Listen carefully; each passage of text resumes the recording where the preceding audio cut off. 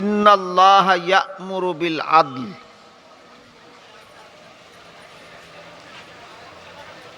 আল্লাহ তোমাদের ইনসাফ করার আদেশ করছেন।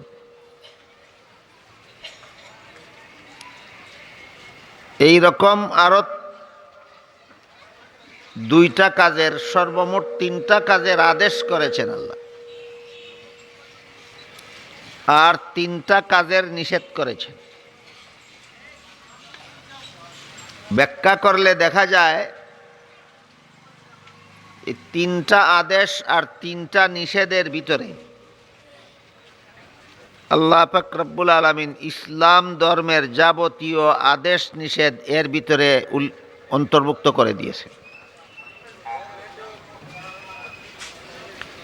এই জন্য তাফসীরের কিতাবে উল্লেখ আছে,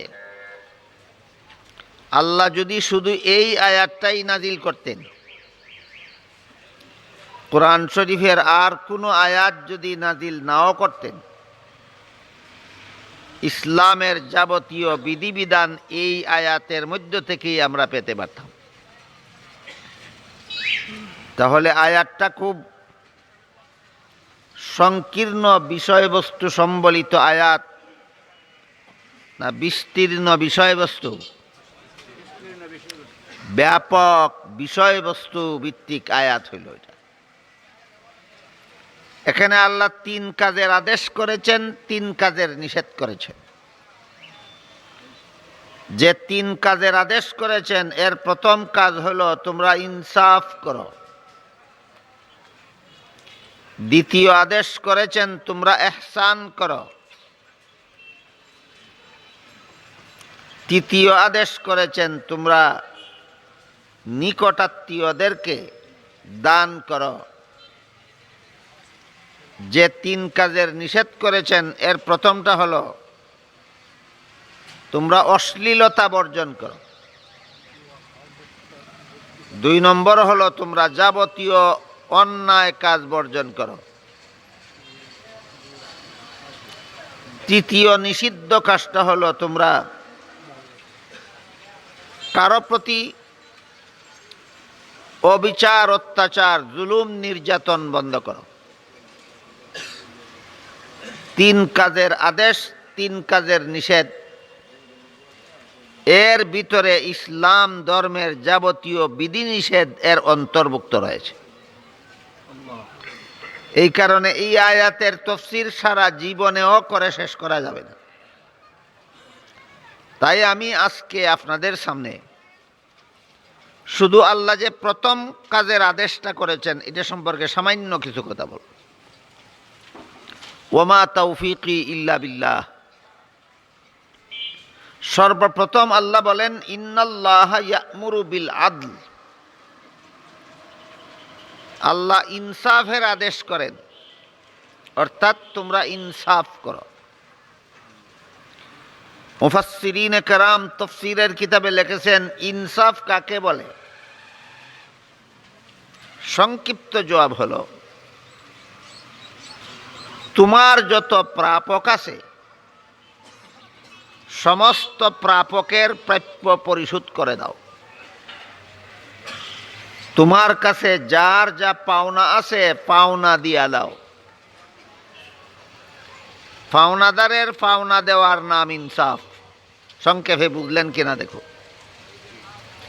পাওনাদারের পাওনা দেওয়ার নাম ইনসাফ। এই যে একটা আদেশ আল্লাহ করলেন পাওনাদারের পাওনা দিয়া দাও, একটা আদেশের ভিতরে শত শত হাজার হাজার বিধান ইসলামের অন্তর্ভুক্ত রয়েছে। কারণ আল্লাহ যে আদেশ করলেন পাওনাদারের পাওনা দিয়া দাও, আমার কাছে কার কি পাওনা আছে শুনলে বুঝলেই আপনারা অনুভব করতে পারবেন হাজার হাজার বিধিবিধান এই একটা আদেশের ভিতরে আছে। তাফসীরের কিতাবে উল্লেখ আছে তুমি যদি আল্লাহর বান্দা হইয়া থাকো তাহলে আল্লাহর পাওনা আছে তোমার কাছে।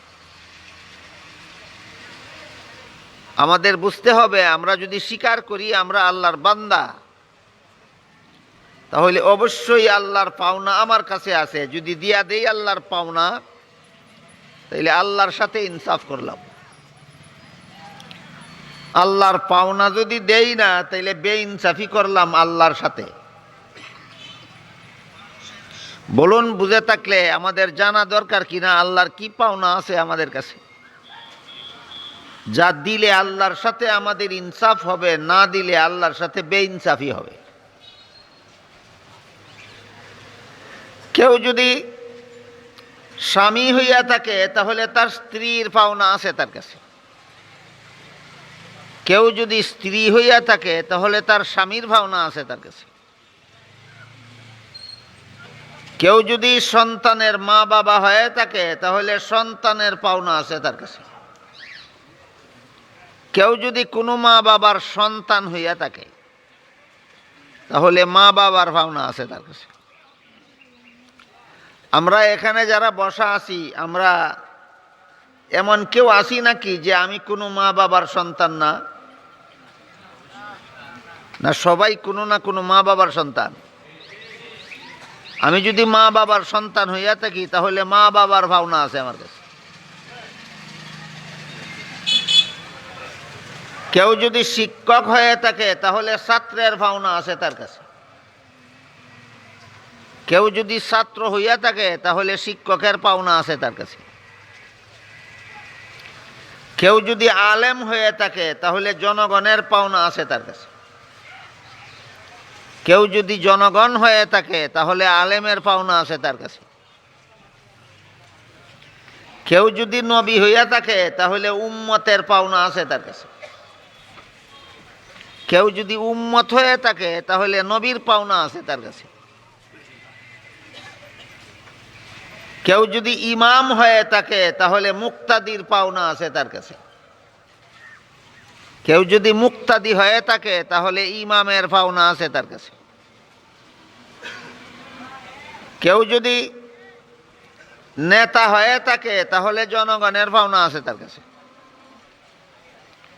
কেউ যদি জনগণের অন্তর্ভুক্ত হয়ে থাকে, তাহলে নেতার পাওনা আছে তার কাছে। কেউ যদি সরকার হয়ে থাকে, তাহলে পাবলিকের পাওনা আছে তার কাছে। কেউ যদি পাবলিক হয়ে থাকে, তাহলে সরকারের পাওনা আছে তার কাছে। কেউ যদি মানুষ হয়ে থাকে, তাহলে ফিরিস্তারও পাওনা আছে তার কাছে, জীব জানোয়ারেরও পাওনা আছে তার কাছে। আমার কথাগুলি বুঝে থাকলে বলুন তো, আমাদের কাছে কি কারো কোনো পাওনা আছে? কতজনের?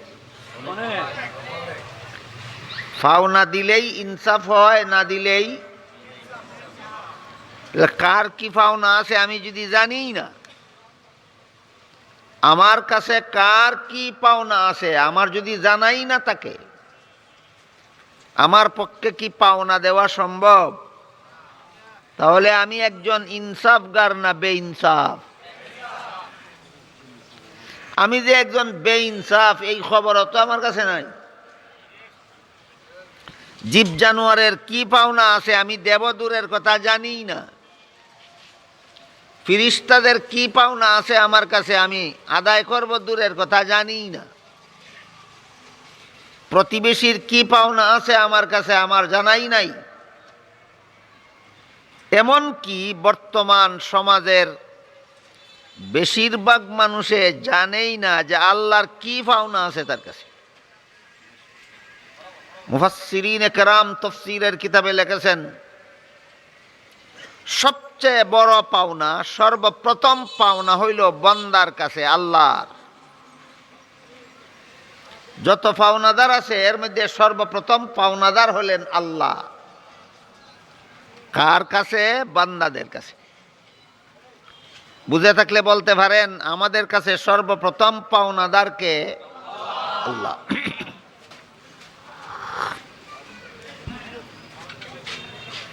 যে ব্যক্তি আল্লাহর পাওনা পরিশোধ করবে,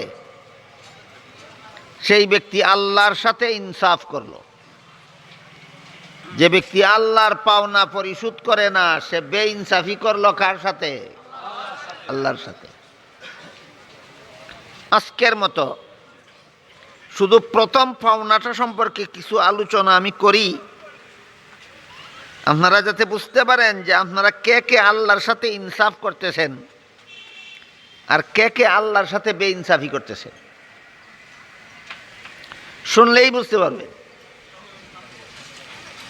আল্লাহর কি কি পাওনা আছে আমাদের কাছে আলোচনা করলেই আপনারা বুঝতে পারবেন পরিষ্কারভাবে যে আমরা কে কে আল্লাহর সাথে ইনসাফ করতেছি আর কে কে আল্লাহর সাথে বেইনসাফি করতেছি। এক হাদিসে উল্লেখ আছে, হযরত রাসূল করিম সাল্লাল্লাহু আলাইহি ওয়াসাল্লাম একজন সাহাবীকে জিজ্ঞাসা করেন, হে আমার প্রিয় সাহাবী, তুমি বলো তো বান্দার কাছে আল্লাহর কি পাওনা আছে আর আল্লাহর কাছে বান্দার কি পাওনা আছে? সাহাবী বলেন, আমি জানি না হুজুর, বান্দার কাছে আল্লাহর কি পাওনা আর আল্লাহর কাছে বান্দার কি পাওনা আমি জানি না, আপনি আমাকে শিক্ষা দিন। এমন মানুষেরও অভাব আছে বর্তমানে। যদি কোনো জিনিস জানে না তাহলে যে জানে তার কাছে শিখতেও চাইবে না। হাদিস শরীফে রাসূল করিম সাল্লাল্লাহু আলাইহি ওয়াসাল্লাম বলেন, ইন্নামা শিফাউল ইজ্জিস সুআল, অজানা একটা রোগ, এই রোগের একমাত্র চিকিৎসা হইল জিজ্ঞাসা করা। অজানা একটা রোগের নাম, এর চিকিৎসা কি? যে জানে তার কাছে জিজ্ঞাসা করা। আল্লাহ কোরআনের আয়াতে বলেন, ফাসআলু আহলা যিকরি ইন কুনতুম লা তা'লামুন, তোমরা যারা জানো না তারা যারা জানে তাদেরকে জিজ্ঞাসা করো। আল্লাহ কোরআনে নির্দেশ দিয়েছেন যারা জানে না তারা জিজ্ঞাসা করবে কার কাছে? যারা জানে। হাদিস শরীফে রাসূলও বলেছেন, অজানা একটা রোগ, এটার চিকিৎসা হইল যে জানে তার কাছে জিজ্ঞাসা করা। তাই সাহাবী বলেন, ওগো আল্লাহর রাসূল, বান্দার কাছে আল্লাহর কি পাওনা আমি জানি না, আল্লাহর কাছে বান্দার কি পাওনা তাও আমি জানি না, আপনি আমাকে শিক্ষা দিন। তখন রাসূল করিম সাল্লাল্লাহু আলাইহি ওয়াসাল্লাম বলেন, বান্দার কাছে আল্লাহর পাওনা হলো বান্দা আল্লাহকে লা শরীক জেনে একমাত্র আল্লাহর ইবাদত করবে। বান্দা আল্লাহকে লা শরীক জেনে একমাত্র, এটা কার কাছে কার পাওনা? বান্দার কাছে আল্লাহর পাওনা। তাহলে আল্লাহর ইবাদতটা হলো বান্দার কাছে আল্লাহর পাওনা। আল্লাহর সাথে কাউকে শরীকদার বানাইয়া করবে না লা শরীক জান্না করবে? হ্যাঁ, অনেক মানুষ জগতে আছে যারা ইবাদত করে কিন্তু আল্লাহকে লা শরীক অবস্থায় করে না, আল্লাহর সাথে শরীকদার সাব্যস্ত কইরা করে। কিয়ামতের দিন আল্লাহ পাক রব্বুল আলামিন তাদেরকে বলবেন, যারা রে আমার সাথে শরীক বানাইছিলা তোমরা, জাহান্নাম থেকে নাজাতের জন্য তাদের কাছে যাও, তারা রে কে বিচাইরে বাইর করো। এরা কইবা, আমরা তো কইছি না তোমরা রে, আমরা রে আল্লাহর শরীকদার বানাইতা। আসলে কইলাম কইছি, আসলে কইছে বাবার নামে মান্নত করো, মাজারও যাও, গিয়া মান্নত দিয়ে আসো, বাবা তোমারে সন্তান দিব, বাবা তোমারে ফসল দিব, বাবা তোমারে সুখ শান্তি দিব, বাবা তোমারে রোগ মুক্তি দিব, বাবা তোমারে নির্বাচনে ফাঁস করাইয়া দিব, বাবা তোমারে মামলা মুকদ্দমায় জিতাইয়া দিব। বলেন, সন্তান দেওয়ার মালিক, রোগ মুক্তি দেওয়ার মালিক, হায়াত দেওয়ার মালিক, দেওয়ার মালিক, সুখ শান্তি দেওয়ার মালিক কে? একমাত্র আল্লাহ। এইগুলি যদি বাবার কাছে বাবা দিতে পারে মনে করে, তাইলে কি বাবারে আল্লাহর সাথে শরীকদার করলো না? অবশ্যই করলো। এইভাবে যারা আল্লাহ ছাড়া অন্য কাউকে আল্লাহর সাথে শরীকদার বানায়, আল্লাহ কোরআনের আয়াতে বলেন, ইন্নাল্লাহা লা ইয়াগফিরু আন ইউশরাকা বিহি ওয়া ইয়াগফিরু মা দুনা যালিকা লিমান ইয়াশা। আল্লাহর সাথে যারা গায়রুল্লাহকে শরীকদার বানায়, আল্লাহ তাদেরকে কখনো মাফ করবেন না। অন্যান্য গুনাহ আল্লাহ যাকে ইচ্ছা মাফ করে দেবেন, আল্লাহর সাথে শরীকদার বানানির গুনাহ আল্লাহ কখনো মাফ করবেন না।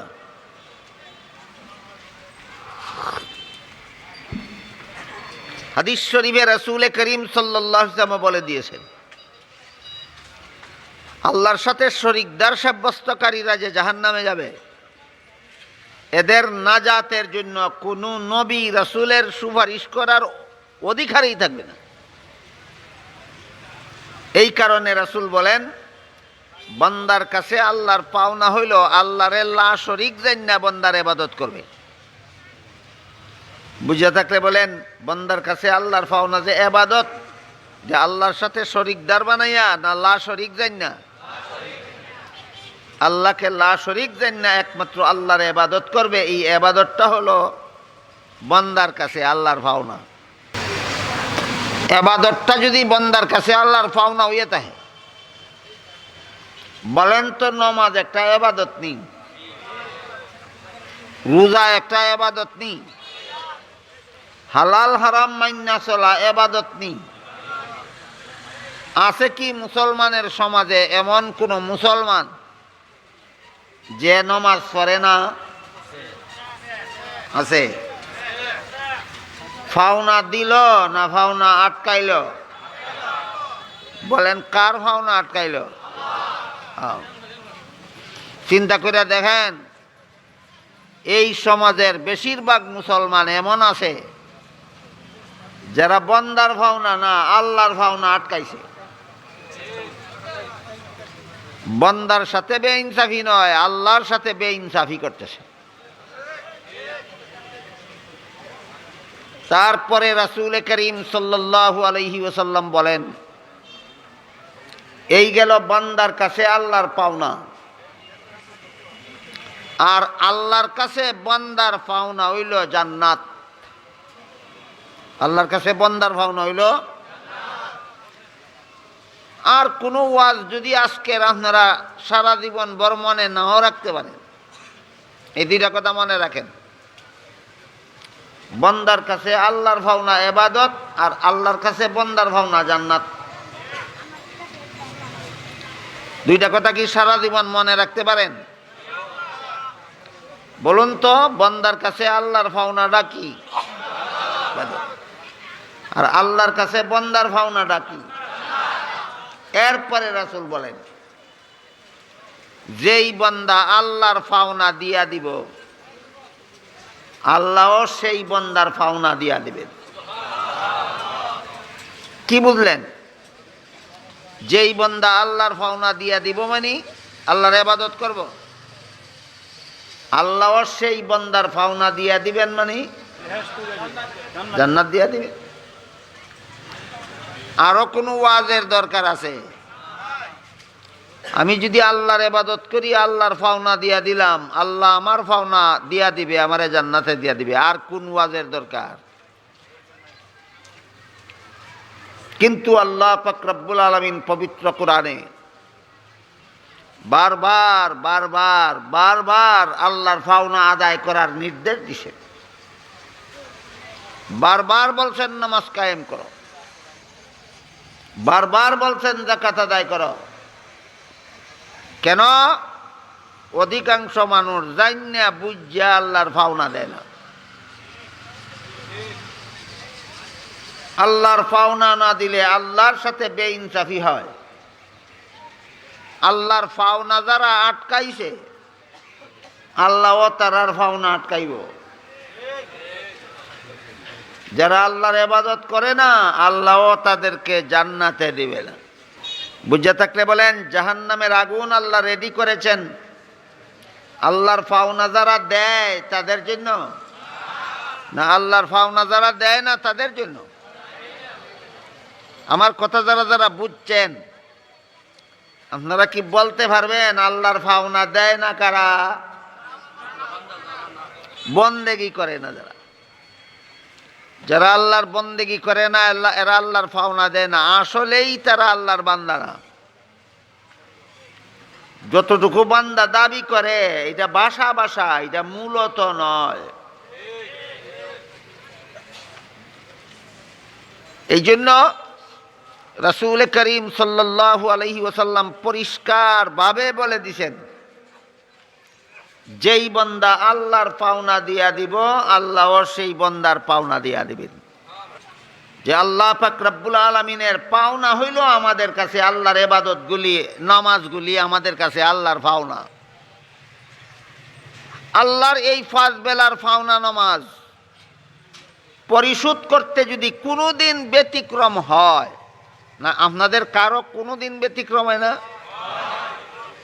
এই ব্যতিক্রমটা থেকে আপনারা নাজাত দেওয়ার লাগি রাসূলের মাধ্যমে অনেকগুলি নামাজ সুন্নত করাইয়া রাখছেন, সেইগুলি স্টক রিজার্ভ।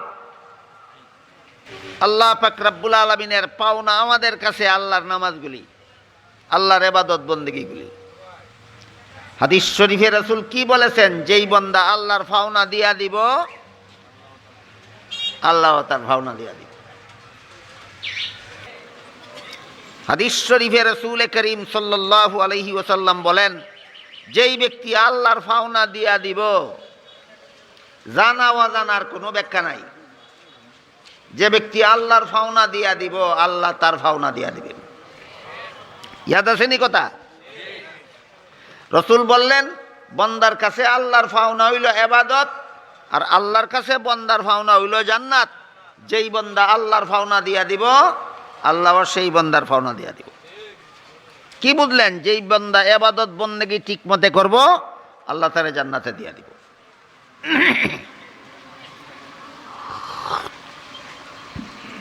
এই পর্যন্ত আপনাদের সামনে আজকে একজন পাওনাদারের পাওনার সামান্য আলোচনা হইল। কজন? বলুন, বান্দার কাছে সর্বপ্রথম পাওনা কার? কি পাওনা? তারপরে আল্লাহর কাছে বান্দার পাওনা কি? জান্নাত। আজকের মতো শুধু আল্লাহর মধ্যে আর বান্দার মধ্যে কি পাওনা, কি কি পাওনা, এটার আলোচনা হইল। স্মরণ রাখতে পারলে আর সারা রাত ওয়াজ লাগতো না, একটাই যথেষ্ট।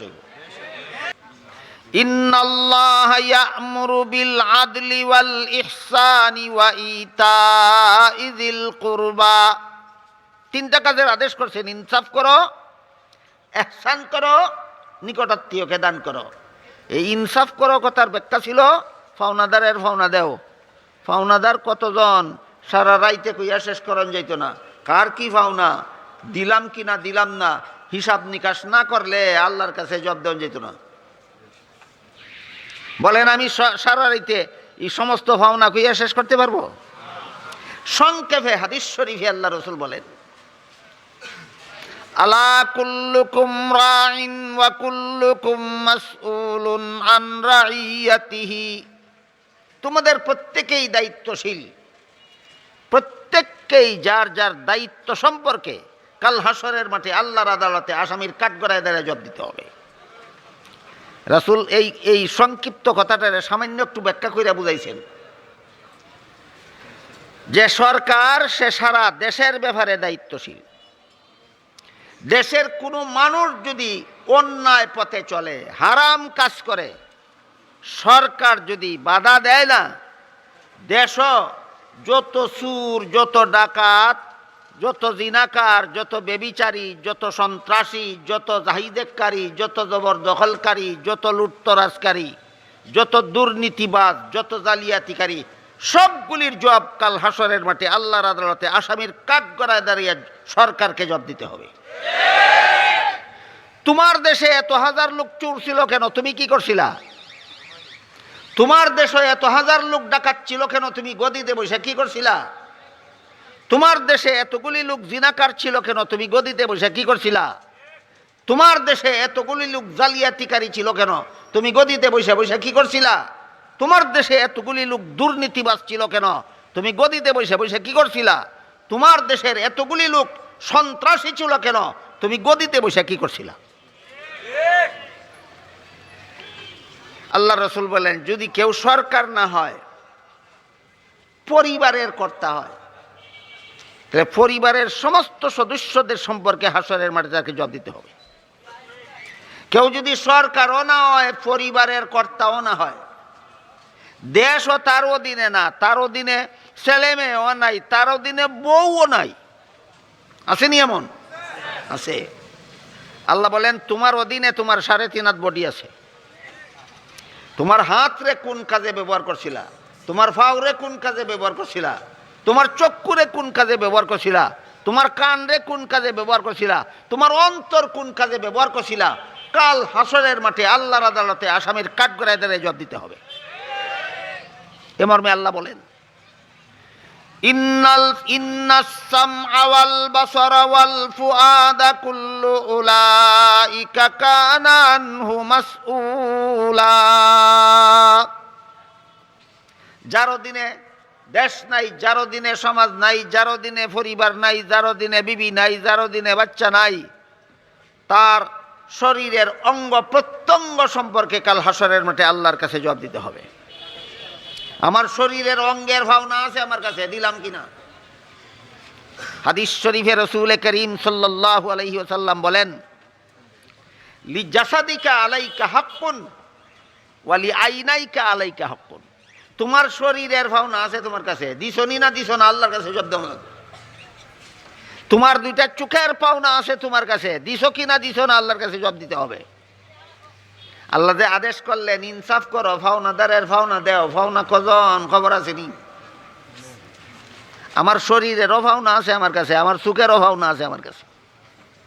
বলেন এক রাইতেই কইয়া শেষ করন যাইব?